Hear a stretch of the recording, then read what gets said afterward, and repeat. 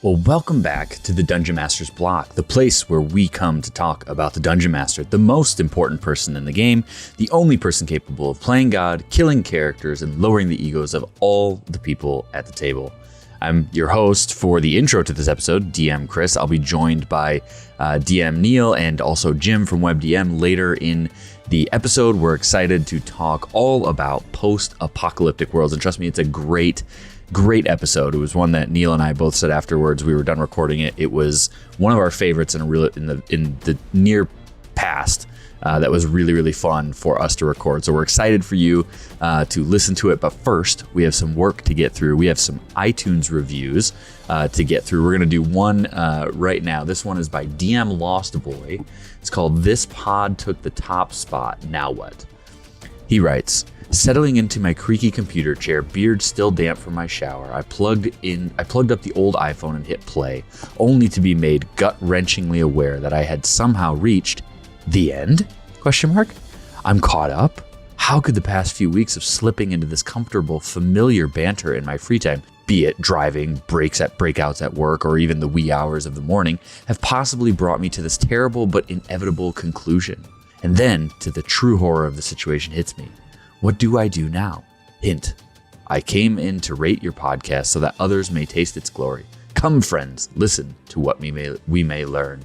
So thank you, DM Lost Boy, for your review. That was such a good one. I always love getting ones that are very animated and excited. We also have a patron dragon to give a shout out to. So we have Pax, who is a silver dragon. So thank you so much for your support on Patreon. Pax has been given access to one of the things that we do on our Patreon, flashback episodes, where we look back at old episodes and breathe some new, fresh life into them. And so the one that is out currently, the newest one, is our flashback episode for improv exercises. And from what I've heard from Neal and Mitch, is Neal does some wonderful improv exercises to try and get into the improv spirit. So go and check those things out if you're interested in being a Patreon dragon. Search for us on Patreon, Block Party Podcast Network. You can find us there. So with that, let's head to the meat. I'm starving. We ain't had nothing but maggoty bread for 3 stinking days. Why can't we have some meat? Looks like meat's back on the menu, boys. So today for the meet, we have a returning guest. We have Jim, one of the hosts and founders and the creative director of WebDM. And I am almost disappointed I didn't say here for the radioactive meet, but you'll figure that out soon enough. Jim, thanks for coming back on and spending some more time with us. Yeah, it's a pleasure to be back. Thanks, guys. Yeah, it's good, Jim. Longtime subscriber of the YouTube channel. I think I was around like 91,000, and I know there's like 100,000 more since then. So yeah, I think that makes me like you one get a of little the bad. You get a badge originals, next to right? I'm sure, Chris. Maybe. Find my username on YouTube and give it. No, right. I'm just kidding. So why don't you tell us just a little bit about yourself? I mean, you've been on here before, but there may be new people that are listening that don't necessarily know who you are. Yeah. So along with my other host, Jonathan Pruitt, we have a weekly YouTube show that's like, we talk about D&D and other tabletop RPGs, particularly in like the traditional game sphere, DM and players. And for the most part, we try to, have them be educational, inspirational, and like to think of the YouTube channel as like a digital bookshelf where, any given week's video might not be your cup of tea. You might be like, oh, I'll watch it later, But a year from then, 6 months from then, when you're prepping for a game or you want some sort of inspiration for something, like you turn it on and you watch it a few times in the background. And so we think of our content as very like long-term and not like this week we're talking about these spells that suck or, this thing that happened in the news. Like I like those channels. I watch them myself, but those aren't the kind of videos we make. And then we have that. We also have our second YouTube channel, WebDM Plays, which has our actual plays archived on it. So you can find those there, including the game that I ran, Land Between Two Rivers, that inspired our Kickstarter that we're making. That perfect segue. It's like you do this all the time. So our second question is there anything that you're working on? And of course, we always throw out that you can tell us about. Oh yeah, certainly. Yeah, well, right now I'm neck deep in 5e design with our Kickstarter. I've been working on it for a while now. It's taken sort of many shapes and forms to kind of get to the Weird Wastelands. And, I'm sort of like taking the lead on writing and designing for it, and have been kind of preparing for that for a while because the type of writing that I was used to is very different than, game design writing. And so I want to get myself in shape for that. But that's kind of it. Like everything right now, other than sort of weekly videos and podcasts, is going to the Kickstarter book, Weird Wastelands. And it's doing, and I'd say this in absolute jest, it's doing terrible, sir. Just right. Yeah, such a disappointment. Oh my God. Please, listeners, go now. Oh, we've literally wasted our time. Oh my God. What am I doing? What am I doing? I'm so excited. Yeah, because it funded within 16 minutes. Awesome. It's over 250,000 if memory serves. And like, 16 minutes? I didn't know it was 16 minutes. It was 16. Holy smokes. It was 16 minutes because Pruitt, Emma, and I, Emma's our CEO, also happens to be my spouse. And we're just like literally counting down the seconds and refreshing. Like, can you get 15? Can we get under 15? 16 was like, I guess we can live with it. Yeah. Guess we got to try another one in the future to try and beat 15. What a failure. Yeah. So definitely go check it out. It's absolutely just blowing it away. And I'm so excited for you and just for really at that point, everyone backing it because I know the people behind it. And that's 2C Gaming is helping as well. And then that's Celeste, who our listeners know very well. Really awesome. Great people behind it. So we have a surprise question. Yeah, let's hear it. I have a surprise question, unless Chris has a surprise question. He doesn't. I don't. I didn't know if you had a listener one or you were making it up. So if you could choose one D&D monster to make a radioactive version of it, which would you choose? Oh, well, I'm a big Godzilla. Like Godzilla is a real special kind of monster to me. So I could see it being the Tarrasque and having like the radioactive breath and everything. But that feels like low hanging fruit. I think like Dragon's kind of a take on that. I want to say something that is either like otherwise sort of wholesome or where you would want to be near it or something, or that could make you stay near it, right? Like this is going to sound like a complete tangent, but it's one of my favorite moments in gaming of like in Curse of Strahd, there's a room in the Amber Temple. There's like a bunch of cadavers around an idol, and like they're just like they look like they just stayed there till they died. Nothing obviously killed them. That was all we knew about it. We don't know what the actual description of it was, but it's like that thing made these people kill themselves through starvation. And so like I would want a monster that's like, it seems attractive. Like, yeah, come over here, come hang out. So maybe one that could charm or like mind control to like keep you around so that you just like slowly waste away. I love this question because I also just watched the Chernobyl miniseries. And of course that's very gruesome. But maybe a beholder. Oh gosh. Charm you. Yeah. Done. I love that answer. Out of all of its eye stalks, give it a radioactive ray. Yeah. Or something, or a mimic. Can you imagine a radioactive mimic that can just be anything and constantly move around? And yeah, that'd be terrifying. Well, I mean, I guess in like a post-apocalyptic world, you could have like a 55-gallon drum that's a mimic that has nuclear waste in it. Exactly. Nom. Just walking around, living its best. Yeah, and we want our barbarian to drink it. So. Yeah, right. Barbarians are always the cupbearers in the world. Yeah. For sure. So that leads us perfectly into the topic that we want to approach. And we wanted to bring you on because, of course, we want to help promote even further Weird Wastelands. But one of the base concepts behind Weird Wastelands is existing in a post-apocalyptic world and creating one. How do you do it? What do you do? So the first question we have on the outline, and of course it can let us go anywhere, is what makes a post-apocalyptic world to each of us? And Jim, we'll go ahead and start with you. Ooh, yeah. This is I literally spend way too much time thinking about this. Perfect. So, like, to me, the qualities of a post-apocalyptic world as like genre fiction, right, are like the shadow of a prior civilization.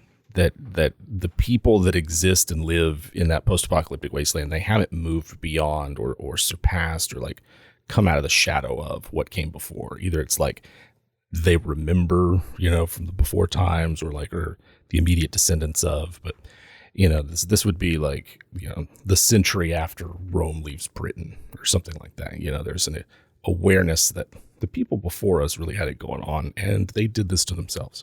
It might have been us, So that's a big part of it.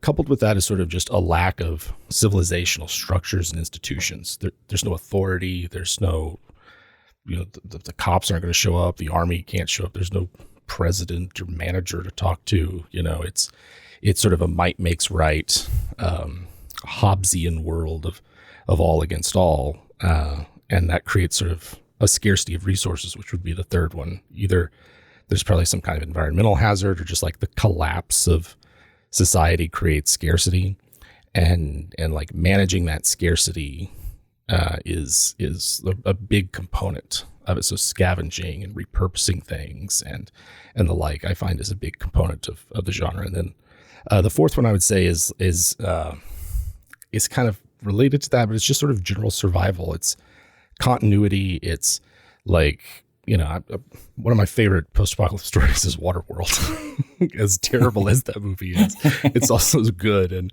like the whole point of it is that, there's hope. Like this terrible world we live on. And watching it recently, I was like, geez, it would suck. This would absolutely suck to live here. Just how terrible it is. Like, no, there's still hope. There's dry land out there. We could, we can survive, and there can be continuity because, life goes on, and like what was post-apocalypse just eventually becomes ancient history. And I think that's what I like about it the most, is those elements. Yeah, I was thinking very similar thoughts of, there was one civilization, structures, parameters in which things worked, they collapsed. The scarcity one is the one I was thinking about the most, is like, because scarcity can promote an apocalypse in and of itself, right? Like you could go from being a very influential civilization to now drought has happened for an extended period of time, and civilization starts to just collapse, or an extreme amount of cold weather, and you can't grow crops, or what? And now you're in an ice age, like thinking along the lines of Snowpiercer, living on the train in an apocalyptic world, Yeah. So I think I love, when I think about post-apocalyptic worlds, the scarcity idea, I mean, just could literally drive everything for your players in a world. And that's what I think of quite a bit, is how are we going to survive when either material components, food, shelter, whatever those sorts of things are scarce, and we can't survive without them. Yeah, for real. One of the ones that I guess I just never attributed to the idea, but now it's like, of course, now it's all I can think about. Thank you, Jim.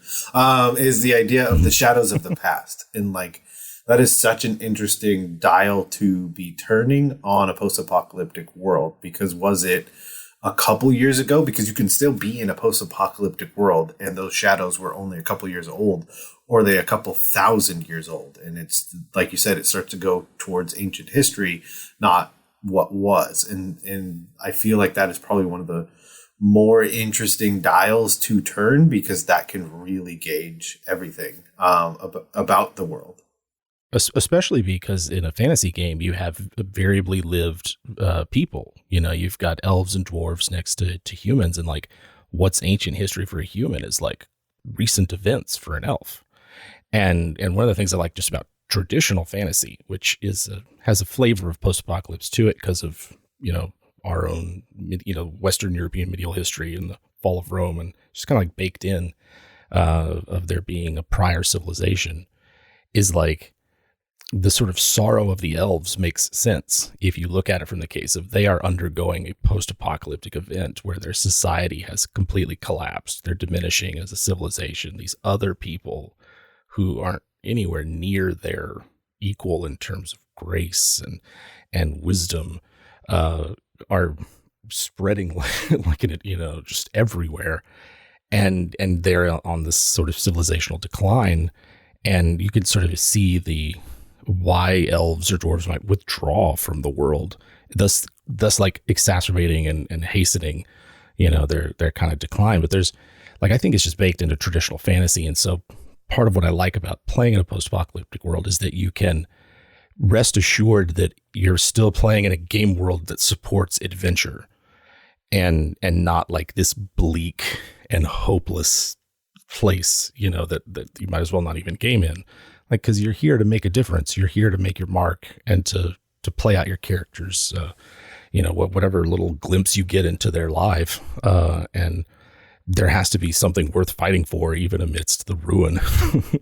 Well, Jim, yeah, I think that's an interesting idea, Jim. The idea that apocalypses might look different based on what society you're a part of. Like, just thinking about, you talk about the elves declining and the dwarves declining, it immediately brings back, Lord of the Rings. It's a very easy reference to go to, right? I had never thought that Elrond and all of the elves might be in their own decline post-apocalypse, because everything looks glitzy and glamoury still, right? But they're all getting the heck out of Middle Earth. They're all heading to Grey Havens. That's just an interesting way to think about apocalypses. It's not like another ice age or a nuclear meltdown or meteor hitting the Earth. It could literally just be your society had something happen where it's now declining. And that's interesting. That's interesting to think about, because it promotes so much, is there the power struggle of, can we get back? Are we past the point of no return? That's an interesting story hook, the turn of the apocalypse, right? For an elven society where you're trying to hold on to some thread of what it once was, but is it just a fleeting hope that you have? Yeah. Meanwhile, 20 generations of humans pass, while all that's going on. Yeah. Yeah. Right. Yep. Way too many thoughts, because I also my other thought was how all encompassing is this post-apocalyptic world? Because because what is travel in your world? Is it Eberron? So if we choose post-apocalyptic with the morning as an example, that kind of takes the world. But at the same time, if we choose something where travel isn't as ubiquitous, it's an area, it's a continent where you could go to where the elves are, and they are just living their best elf life, and they have no idea what you're talking about. This nonsense about things are in this state, and they'll just tell you, yeah, it's fine. It'll probably solve itself in about 100 years. What's your problem? Yeah. Or worse, someone's taking advantage of it to get a boost up. I'm a historian by education. I have a master's degree in history, and a lot of my thoughts are influenced by just cycles of civilizations and sort of long view of history. And there's a lot of times where one empire or civilization or whatever is on a decline, and the people on the periphery of it or something are using that decline to increase their own wealth and power and position. And so that kind of creates a terrifying situation to exploit for gaming, because it's you're over here scrounging for supplies and whatever, but there's this mysterious force out there, in places that used to be yours, that's taking advantage of it, that's looting yours, that has organization and the means to put up this kind of resistance, sort of unified resistance. And it'd be kind of terrifying to be in a position of you're just hunter gatherers to these people who've maybe planar invaders or, something like that. When I think about it in terms of D&D and travel and the scope of your campaign, I see if your world is undergoing a cataclysmic event, like a global apocalypse, that must make you ripe for planar scavengers and cosmic sort of carrion eaters, just like a sick animal is vulnerable to all sorts of predators, on a cosmic scale. This world's undergoing something terrible happening. What happened to its gods? Why aren't they checking it? Why aren't they helping it out? Did they just leave it alone? Well, that means they don't have any protectors. And, I would expect infernal invasions and, just planar armies to come and carve this prime world up and use it for whatever it is From they the want, gift, and that provides a scalability for a game like Dungeons and Dragons that starts out small and you're scrounging for resources, but needs to have something baked in that you do at the higher levels, because past 10th level, nobody cares if you got food and water for yourself. They might care for your town or your war band that you lead around, but like personal survival is just no longer interesting at 10th level. The game's moved beyond it. Right. Yeah, you can create your own food and water at that point. Yeah, it's more interesting to be like, can you feed your army? Can you keep this town, with clean water, that kind of thing. Well, and then even that sort of thought is then mages and people of magical abilities become not even just like the ability to enchant weapons and do really cool fireball spell. Like if you have a wizard in your town that can create enough food to sustain, like that's, yeah. You better believe somebody's going to come by and try and capture that wizard in some way, shape, or form, or take over that town. Yeah, yeah. If they've got like creation and fabricate and all those kinds of things, yeah, it's gonna be nasty. All of these questions are what I was answering and sort of attempted to answer in Land Between Two Rivers, which was a post-apocalyptic 5e game that I ran both on stream and off. And it's inspired by Dark Sun and the Mornland and Eberron, but all of these things of like, what about the planes? What about magic users and clerics and the like that informed how I built it. So, for the Land Between Two Rivers, the world that it exists on, it's an apocalypse everywhere. No matter where you go, there's an apocalypse happening. This is a cosmos-wide, multiverse-wide phenomenon. And players sort of figured that out, onion layer by onion layer. But like the first time they went to Mount Celestian, it was empty. There are no angels, there's no souls, there's no saints. It's just empty. Like a couple of players like visibly chilled and kind of, understood the magnitude of it. But that's how I saw it. I was like, if you're going to have an apocalypse in a D&D world, if the gods could show up and fix all this, then what about it? Did they cause it? Did they walk away from their responsibilities? Like those kinds of questions really helped inform why Land Between Two Rivers looks the way it does and plays the way it does. And then it's inspiring Weird Wastelands, which, it's the implied setting of the book.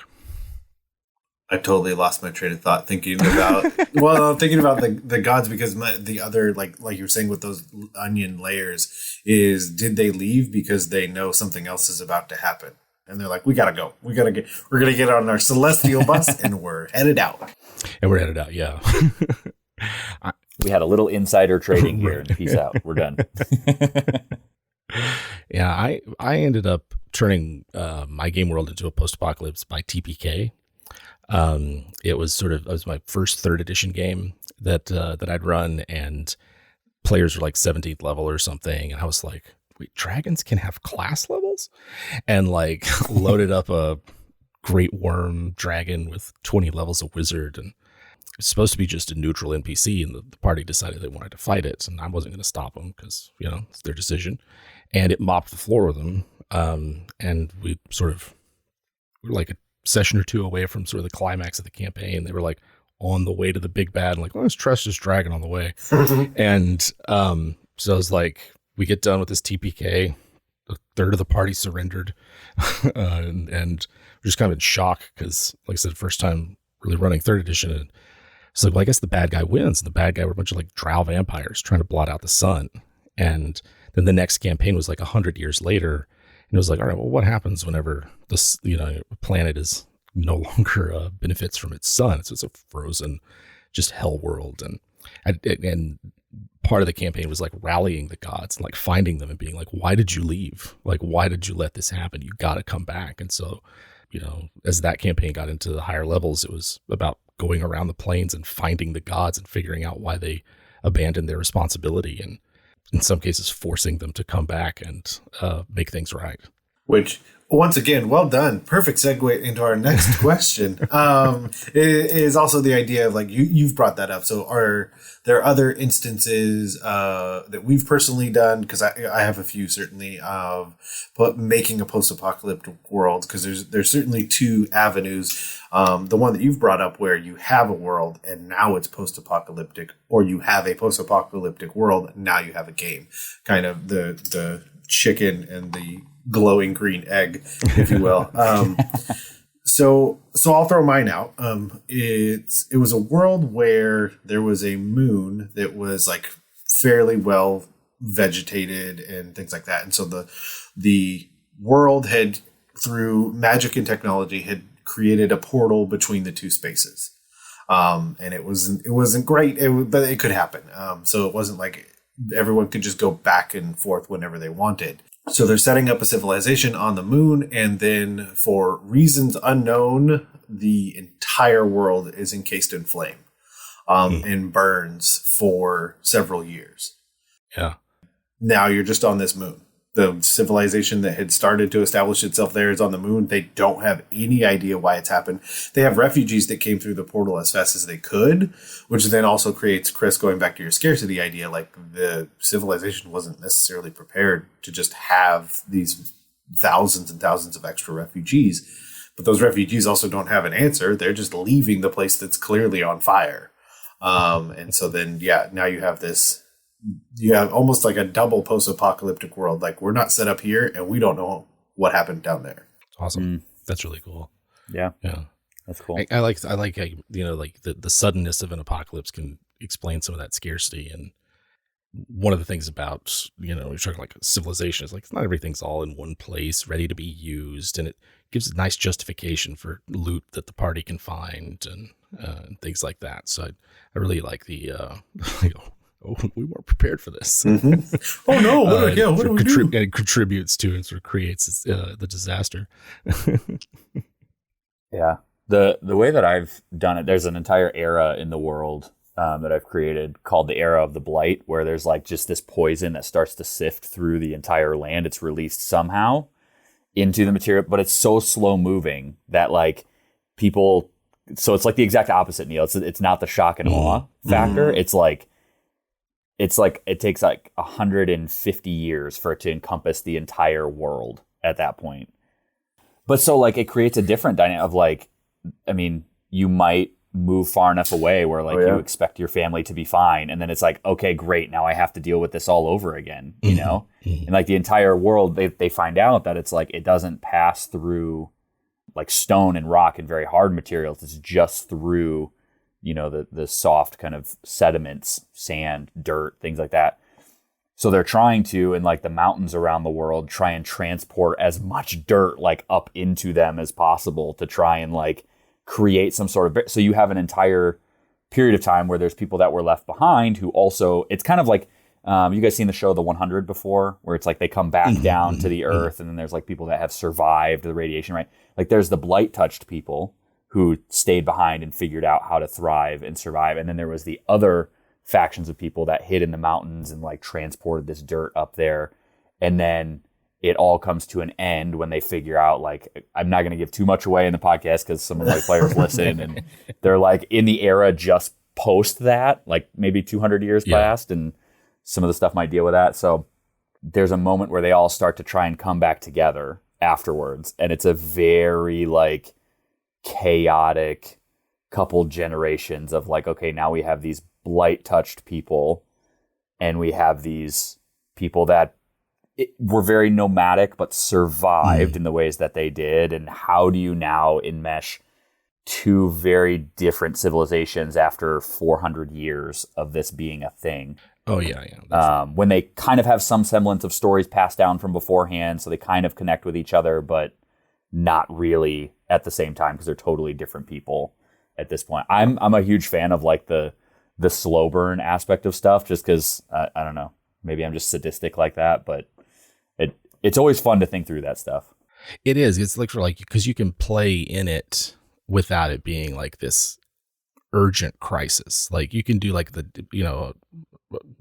during the apocalypse as like a disaster game, of like the sudden collapse or whatever, but like a slow, it's happening around us, but just we can't really perceive it or seem to do anything about it. Like, I feel like that's a really good adventurous environment, especially if you've got like a player driven, we're just sort of out for ourselves and our own goals kind of game. It could be really fun and just decadence and decline. That's really cool. Well, it's always that thing that's over there somewhere until it's not anymore. Yeah, those refugees over in that other land, not ours. We're fine here in the, the capital or the high, our safety, fortress and the like. Yeah. And even the idea of that slow burn and going kind of back to the human versus elf lifespan that we brought up before, like it could be generations before that family has to deal with that same problem. And even, having the nuance of the kids not believing these stories because they're just living their life out here in the wilderness. And now it's here. And what do we do? Sort of adventure as well. And also then I've never done it, but I've definitely heard people do it where you just have the whole party of adventures. It's like the Partridge Family with swords. I mean, like that sounds amazing. Yeah. It's post-apocalyptic games work really well for like troop style play where you have, sort of multiple characters, or you play like a main character and then, like sidekicks, if you like, just because it's sort of the group, the kind of like the I don't know what you'd call it. I don't have a name for it, but just that kind of like the tribalness of, we're a band of survivors. Our common, experience of this place is what binds us together. And that's like, it sounds like an adventuring party to me. Like, so just like the act of daily survival in a post-apocalyptic world of like acquiring resources and dealing with threats like that. Those are the bare components of like traditional dungeon crawling and like the foundation that a game like D&D is built on. So to me, just like living out, their lives, while you want it to be exciting and adventuresome, you don't have to like twist the setting to make it fit the game. They're just a really solid fit for each other. Yeah, you don't have to worry about group togetherness if survival is your you guys, even if you guys are evil, like you still like you can't do everything on your own. Like you need other people you can trust and work together towards. Well, and so many like post-apocalyptic movies and stuff have that, you think of The Walking Dead, right? Mm-hmm. Like they come together basically out of survival. I listened to the audio drama back in the day called We're Alive, the zombie, and that was the exact thing. They meet a group of people and then it's like, how do we survive in the midst of this? It's the easy group thing to be like, survival alone is probably really hard in an apocalypse. Yeah, especially if you're like the first generation who's having to deal with this and you're just used to completely different life and expectations and things like that. Like, you almost, it's like if you could be a kid and grow up there, and survive all that, you'll probably be all right. Like you sort of, this is all normal and everything. But I find like those are the kinds of things that I really think about whenever I'm building my post-apocalyptic worlds, because it's one thing to look at like the big view of it and go, this is what caused the cataclysm. This is where it started and how it impacted like on the big scale. But like, you don't play at that scale. You play at a much smaller, personal kind of scale. So I usually look, I tend to run my games in like 2 homebrew worlds or just like a boxed campaign if I'm going to do something. Like I trash the Forgotten Realms plenty because it's like, we'll run in it. I don't really care. Yeah, sure. 200 dragons. Yeah, that sounds terrible. Like that kind of thing. But in my homebrew worlds, one of them with this TPK, and the second game was largely set in this world with no sun, and like the surface is overrun by all sorts of frost resistant creatures, and humans are kept in like essentially containment camps just below the ground by Dwergar and Drow, and it's this kind of like really kind of terrible, hellish place. And yet I was like, I didn't want to make it so terrible that nobody wanted to be there. Like I think it's when you're building out these worlds, keeping the possibility for hope and improvement on the table, and like thinking about like, okay, how could this place change? If someone with like, a good heart and competent and how to help really sets their mind to it, could they establish some kind of normalcy and like safety for others and build something up? And So it's important to me when I'm thinking about these worlds for games to include something like that, because I think it's really easy to murder hobo your way through a post-apocalyptic setting, and that might be all right for a while, if that's your preference. But what I find is, like, when you take the scarcity of resources and the bleakness of the setting, and then choose to be a hero to sort of, help others at, no benefit to yourself, or to, like, take the precepts of lawful goodness or whatever seriously, and go, like, it'd be way easier to just kill all this. I'm a D&D character, I'm like 6th level, like 80% of things I run into, I could easily leave as a greasy smear. Like, it'd be way easy to just become like a warlord. But I think it's more interesting when you go, I want to choose to help others and choose to do something better. And like, that bleakness is such a contrast that I really want to leave a lot of freedom for the players to choose how they navigate that. So that's usually like my first priority when building a world is presenting it as a place that they have the freedom to do things. But I feel like everyone's alignment is like chaotic in a post-apocalyptic world. Like, you might be good or neutral or evil, but like, I feel like it's always just chaotic. Right. Yeah, and then of course, and I've said it multiple times here, and probably anywhere I get a chance, the alignment system is very interesting because it's expecting you to define what you do in your day-to-day life in absolutely ridiculous scenarios that you then find your character in. Like, yeah, sure, when I'm here working my 9 to 5, am I what? When I have to face the moral decision of leaving the rest of my party to maybe go get help, that's not the same caliber of person I'm needing to be.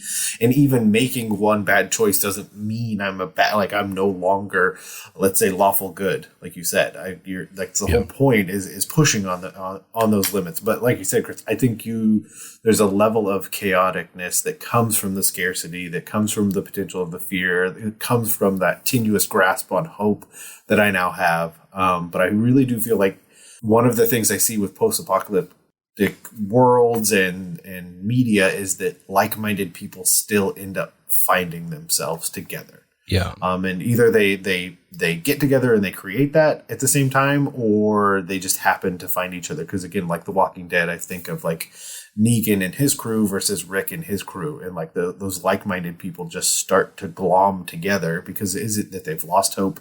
Is it that these still have it? So yeah, that's always what I've seen is they'll find each other. Yeah, that's a good point. They don't have the internet, but they figure it out. Yeah. They don't have a lot of things, but man, they look good in that post-apocalyptic world. It's surprising. Who's cutting your hair? So well. Exactly. Exactly. The mage that can create food and the hairstylist, Yes. the two most important people in the post-apocalyptic world. Well, and you brought that up, and I also thought of how unexciting some of those aspects become. And you have to make these decisions as the person building and running the game. But like, there's this scenario where I just see the mage being like this kind of bummed out municipal worker. Like, yeah. There's a scenario where they just say every 6 seconds they're purifying something. And like, that's just their 9 to 5, cranking it out like a factory almost. Yeah. And I kind of like solved some of that myself by, Land Between Two Rivers. Settlements are generally, they're either formed around some sort of resource that, is fixed. Like, there's a well here, or this is a particularly defensible location. But it's just as often that most settlements are founded where they are because that's where a powerful wizard or monster lives.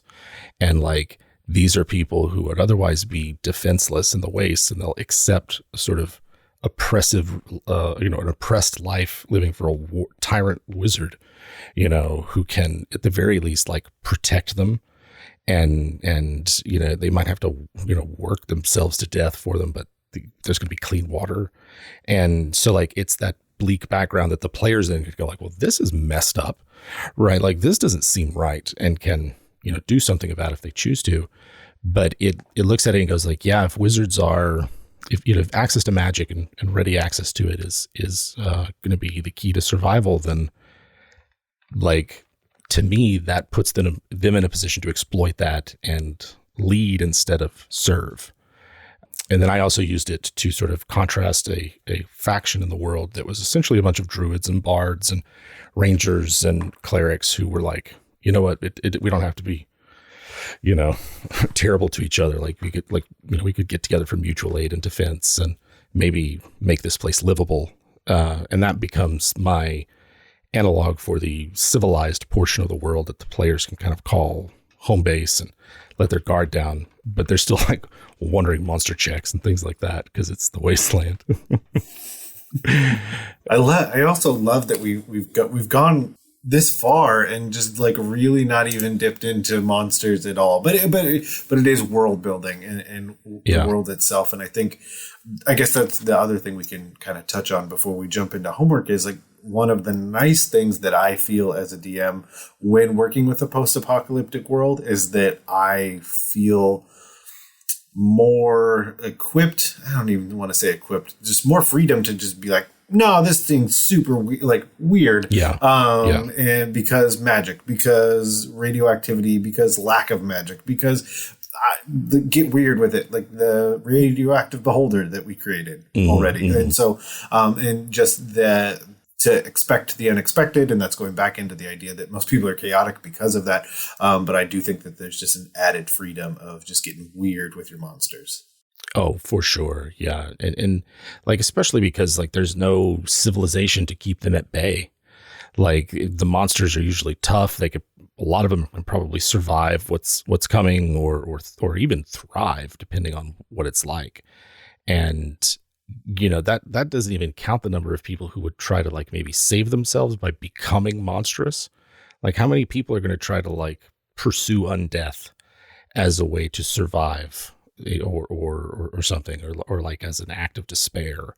And so to me, like the wasteland's probably thick with undead, like just crawling with it. And I had them much like Walking Dead, moving in giant herds, of sort of shambling, desiccating zombies and the ghouls that follow them, eating the pieces. And, they were environmental hazards almost. And, it might take 2 or 3 days for one to pass while you just kind of hide out. And then big monsters like dragons or something like that, they're functionally NPCs that control territory and exact tribute and that you have to kind of treat as factions in their own right rather than just monsters to go beat up. And so it's like it's really like a little pinpricks of light, kind of setting in a sea of monstrous darkness in many ways. Yeah. Well, that first time, I mean, in the current campaign I'm running, there was a moment players were like level 3. They found a village in the middle of the jungle that had been decimated by a roving undead horde that just added to their number, and then they're walking down the river and camping for the night, and they hear in the jungle a whole bunch of shambling, moaning noises, and they're like, oh, crap. Right. And to watch them scramble and be like, you guys look out and you just see feet after feet after feet walking by as you're hiding under this, bush at the edge of a cave, right, and yeah. 200 undead are walking across the river to the, like, you talk about level 3. There was a debate between the players of like, do we fight them? Do we not fight them? Like, what do we do? How many are there? We don't know how many are there. And then they hid and they were like, thank God that we hid. And I was like, yeah, you would have died very quickly, That would have been bad news for you. But it's like that moment where it's like you introduce something like that where like, even in The Walking Dead, they do this where one zombie, not real terrifying. You can push it away. But when you have 10 of them, 20 of them, like if you get cornered, you're toast. There's no way out, even if you're pretty high level. Yeah, certainly. I think 5e models that pretty well. I'm not sure if that's what you're playing, but I know for like just in general, 5e will handle that pretty well. That's really cool. And like, to me, we're talking about just sort of building worlds and I'm running them. And like, it's as much about the systems that I've got, the mechanical support as the sort of narrative setup. To me, like the wasteland, this hostile environment that's dangerous and crawling with monsters. And you've got to like go out into and find resources from, like just traversing that is so much of an adventure in and of itself that making sure I've got a solid grasp on whatever, exploration rules we've got. And groups come to an agreement with like, okay, how are we going to handle things like Tiny Hut or Goodberry or Outlander background or something like if I'm getting strong vibes of like, they just do not want to worry about food, for instance, then to me, that's sending a clear message of like, doesn't matter what I do, they're not going to care. And it's time to focus on other aspects of survival. But if they're open to it, you may switch things around or alter how it works, or, something to introduce an element of uncertainty. But the fact that they would be just wandering around to like find evidence of a zombie herd, and then like it comes back to them, it offers so much possibility for like emergent storytelling of like, there's a monster, like you come across its tracks. Now are you going to keep a watch out? Are you going to try to follow it, see where it's going? There's lots of really even cool just stuff the looming presence of knowing that it's there, Mm-hmm, even if you can't see it, right? Yeah, and it turns like a fun episode of The Walking Dead when it was fun. I stopped watching it about half of its lifetime ago, but like oh, we need medicine. Someone has a fever. We need medicine. Baby needs diapers. Something in like the act of just, okay, who's going to go? Who's staying here? That what would in a traditional game be either hand waved away as a shopping trip or griped about as a 3-hour, a slowdown in your game, becomes the adventure. And whether or not you make it back with the supplies, like those real stakes there. Maybe you come back with enough, maybe you come back with plenty, maybe you don't come back with anything or don't come back in time. But like all of those things to me, they present situations that I just don't get in traditional role playing. Like I've never run out of stuff in traditional role playing. I've never like been back against the wall, like my gear's broken and I'm lost. And I like variety in my games. I want to one day be like, I should have been a ranger. Like, like they would be fine out here and I'm screwed. Perfect. Well, that leads us, and I mean, we definitely hinted at some things, but it's our favorite section of the interview of, is there homework that we can tell people to go read, to go watch, to go experience? And we've definitely hinted at a lot of different things. But are there other pieces of media to toss out at our listeners to kind of get that feel of post-apocalyptic? Yeah. Oof. Also, okay. Yeah. Go ahead. Go ahead. If you've got one. Okay. I just realized I kind of maybe have a problem with the number of comic books that I get and read. Stupid comicsology. So a few that I was thinking is 7 to Eternity, which kind of harkens back to the idea of this post-apocalyptic world where there was basically this godlike figure that was the Whisperer. And you could he would give you whatever you wanted, but at a price. Sort of situation, and there's this family that leaves, and eventually this post-apocalyptic situation finds them again generations later. I also think of The Last God, which is a recent one, and actually has some RPG elements already built for it on the back end. Again, basically all the gods have died except this last one, and they're not great, and it's kind of taking over all of existence in the worst way possible. Nice. That's awesome. Yeah, I mean, I alluded to a few of them that were in my homework. So there's the We're Alive audio drama podcast, which is really fun. I mean, it has all sorts of elements of survival to needing to go and fix things in the town in order for their hotel to survive, finding food, like all and mystery and discovery of like what's really going on here. Like it's got all of the sorts of elements that you could think of in a post-apocalyptic world for the most part. And then, go rewatch Snowpiercer. It's a lesser kind of known movie. It's a good one, but it's a fascinating really one though, of like surviving on this train that goes all around and super fast. And it's an interesting look at power trying to stay in power when they know things are coming to an end. And so it's really fascinating to watch and to look at. So those would be my kind of 2 to go and check out. Awesome. Yeah, those are some good ones. Man, I got a lot more than 2. Go ahead. No. I was just starting with 2 because I have a whole bunch more, but we'll just keep it going around for a little bit. So go ahead. So there's like the whole, genre of movies that, that I'm sure everybody out there's familiar with and can, pull up the wiki on. Almost any of those are good fodder for it. Like some of my favorites are like The Postman, for another Kevin Costner post-apocalypse movie. This one has no sci-fi elements to it. There's no magic or supernatural stuff. It's just society collapsed and these are the people, like it's just who they are. They live in the ruins of the towns that their parents grew up in, kind of place. And I really liked that. The book is really much better than the movie, but the movie's passable if you can find it.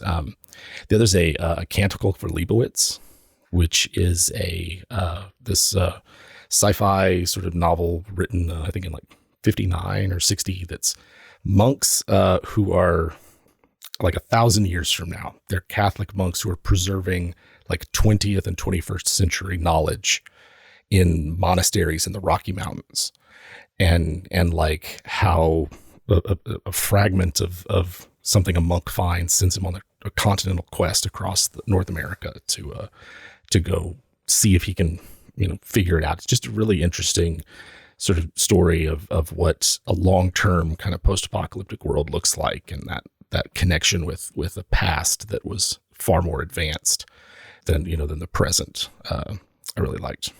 I now think of the Rocky Mountains as the Catholic Tibet. Yes. So another comic series also from Robert Kirkman, who did The Walking Dead, is called Oblivion, where basically there's a technological device, and I think it's Chicago maybe, but basically some metropolitan town, where it pops off and basically 10 city blocks or more transport to this alien world, and 10 city blocks, if you will, of that alien world transport back into our world and all the monsters and vegetation, and eventually that's handled. But then it's, where did all these people go? And sending people back into there, and they essentially start creating a civilization there, because what other option do they have other than that? And so it's like they're in the ruins of the society, but then also expanding out somewhat into the world itself. So that's a really, really interesting one, because it's almost like not really post-apocalyptic. It's kind of just apocalyptic, because it's still happening to a degree. And yeah, so that's a really fun one to read. Yeah, 300,000 residents of Philadelphia are suddenly trapped in oblivion. Mm-hmm. So can you imagine just your world just, Neal, you talk about your world being on fire for a couple of days. That's just like instantaneous. Like, I can't even go out of here. There's nothing that looks familiar. Mm-hmm. Yeah, literally, it's like 1 second it was, 1 second it isn't, and that instantaneous element of that post-apocalyptic. Awesome, Jim. You have more. I know you do. I was gonna say I got a couple video games. So Horizon Zero Dawn, as I'm sure a lot of people out there, is sort of a distant apocalypse, but this is why I include, like, you're still living in the shadow of that civilization in terms of post-apocalypse, because it lets you have those it's like hundreds and hundreds of years ago. I just love it. Like, it's just exploring the ruins of it, trying to figure out what happened. It's a dangerous land filled with these beasts and monsters, and just like a really fun aesthetic to it that I really like. And then another one is Stalker: Shatter of Chernobyl, which is like kind of an older game. It's maybe about 10 or more years old, maybe like 12 years old now. I think it's PC only, but you are a scavenger, someone who goes into the exclusion zone around the Chernobyl plant in Ukraine and like loots it. Except in the meltdown caused like psychic phenomenon and all sorts of weird supernatural things to occur. So it's, you're wandering through this desolate wilderness, dealing with bandits and wild animals and the occasional weird psychic phenomenon. It's like, it's very D&D in that sense. And I find it has a very like deep sadness to it, which I find very satisfying in my post-apocalypse. It's a sort of sense of tragedy. And it's really cool. So that reminded me of two that most people will be familiar with, and then we'll ask our most important question of you, Jim. But it made me think of, like, anytime there's time travel in a Zelda game, it's not good when you get to the other side of it, like Breath of the Wild or Ocarina of Time. You get to the other side and you're like, oh man, I really should have stayed here. Things went so far left. Oops. So yeah, check those out as well. But my most important question for you is, where can people go to find all of the stuff you are doing on ye old interwebs? Yeah. So we've got our YouTube channel, WebDM, where we post videos every Wednesday. And for as long as the Kickstarter is going on, which I think is through the week of like the second week of July or maybe the 1st. It ends on the 11th. Through then, all of our videos are about aspects of the Kickstarter. So if there's something you're curious about, we go sort of do deep dives into them to give you an idea on it. But otherwise, we have our videos every Wednesday. We have WebDM Plays, which is another YouTube channel where our actual play is archived, as well as that campaign, Land Between Two Rivers.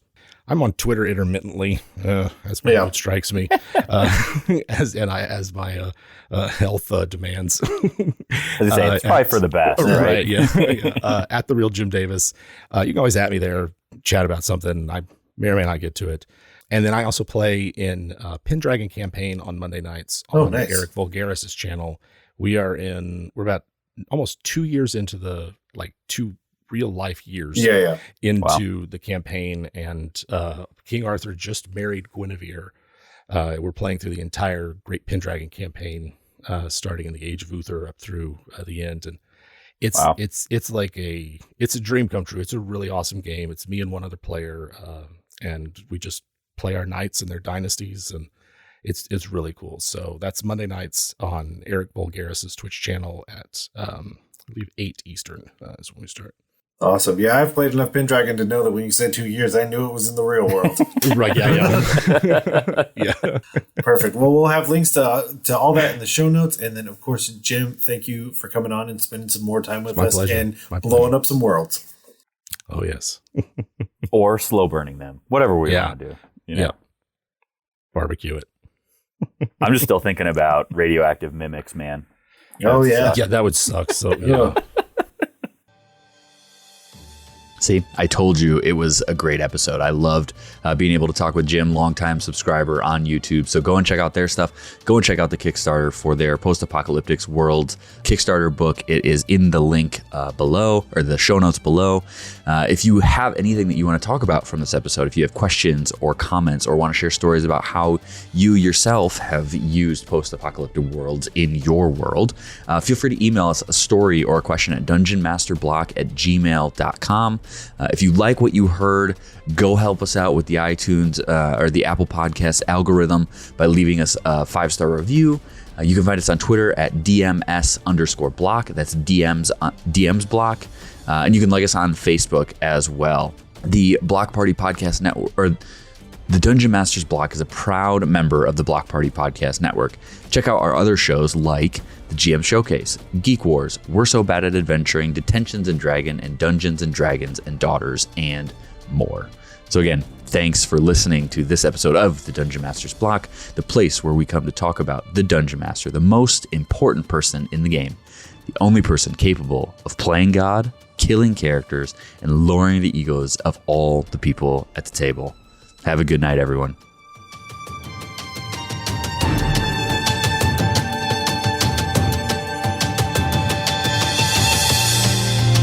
Goodbye.